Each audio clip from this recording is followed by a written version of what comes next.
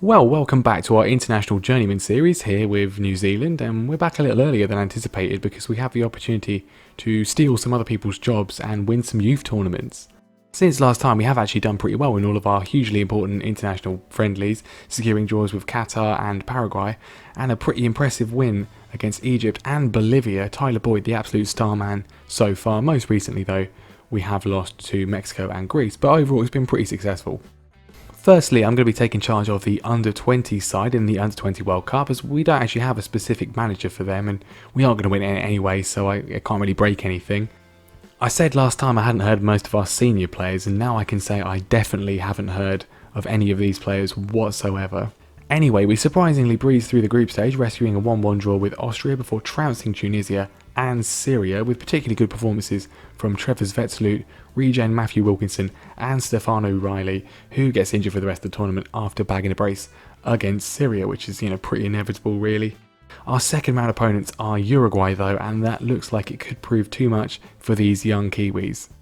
And it does prove too much for these young Kiwis, a 1-0 defeat after a spirited performance, so no shame there, and actually it's quite useful because the Pacific Games start in a few days and that would have been a nightmare to edit if they were both happening together, not to mention logistically impossible for me to actually get between the two tournaments. So on to the Pacific Games, and oh boy is there a lot to say about this. This is the regional equivalent of the Olympics for the Oceanic region. It's going to be kind of a dress rehearsal for us for the OFC Nations Cup next year. Given how dominant New Zealand are regionally at a senior level, on paper we should absolutely walk to the gold medal at a youth level. I mean, this is a tournament where 4 years ago the Federated States of Micronesia lost all of their games by double figures. But looking at the past winners, we've never actually won this tournament, and research indicates the reason for this is because traditionally Australia and New Zealand have never entered, which seems a bit snobbish really, and clearly the New Zealand FA have agreed because they did enter in 2015 and obviously they won. And oh wait, what? They actually won the semi-final match, but they were disqualified for fielding this guy because he was still a South African at the time. It's not particularly efficient really, is it? And even if they had won, they wouldn't have been in the gold medal match because the tournament splits into two different competitions after the group stage, one for the gold medal and one for Olympic qualification, which is apparently where we'll end up. So does that mean we don't even get a trophy if we win this thing? Anyway, we breezed through the group stage once again with a 2-0 win against the Solomon Islands first of all.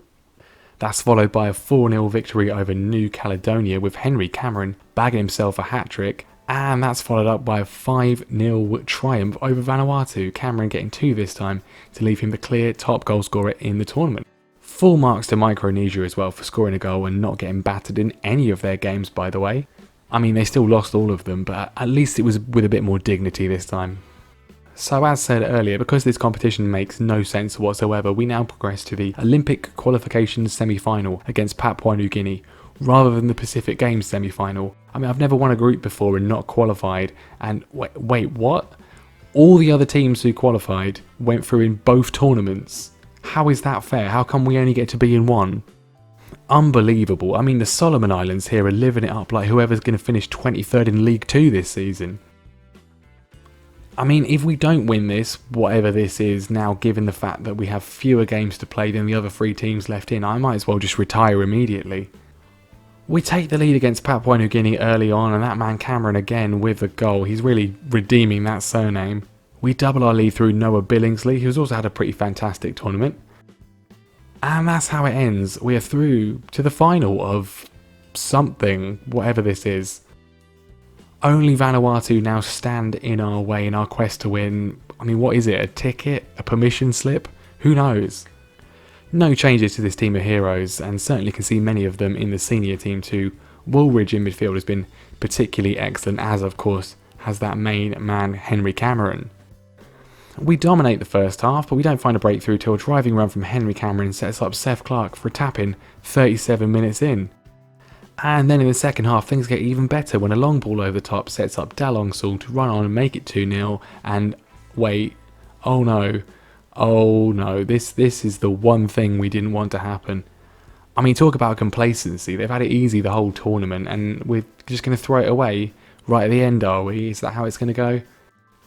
With 5 minutes left, Cameron takes control of the situation, running onto some play that came from his own free kick and restores our lead before he goes and makes it 3 a few minutes later. And breathe. And that's it, we've won. We've won, whatever this actually is now. I mean, it definitely counts, right? I'm in the Oceanic Hall of Fame apparently just from that, and it's got that little trophy picture. I mean, this counts, doesn't it? It counts. We have a trophy. We are the Olympic Games Oceanic qualifying champions. You'll never sing that.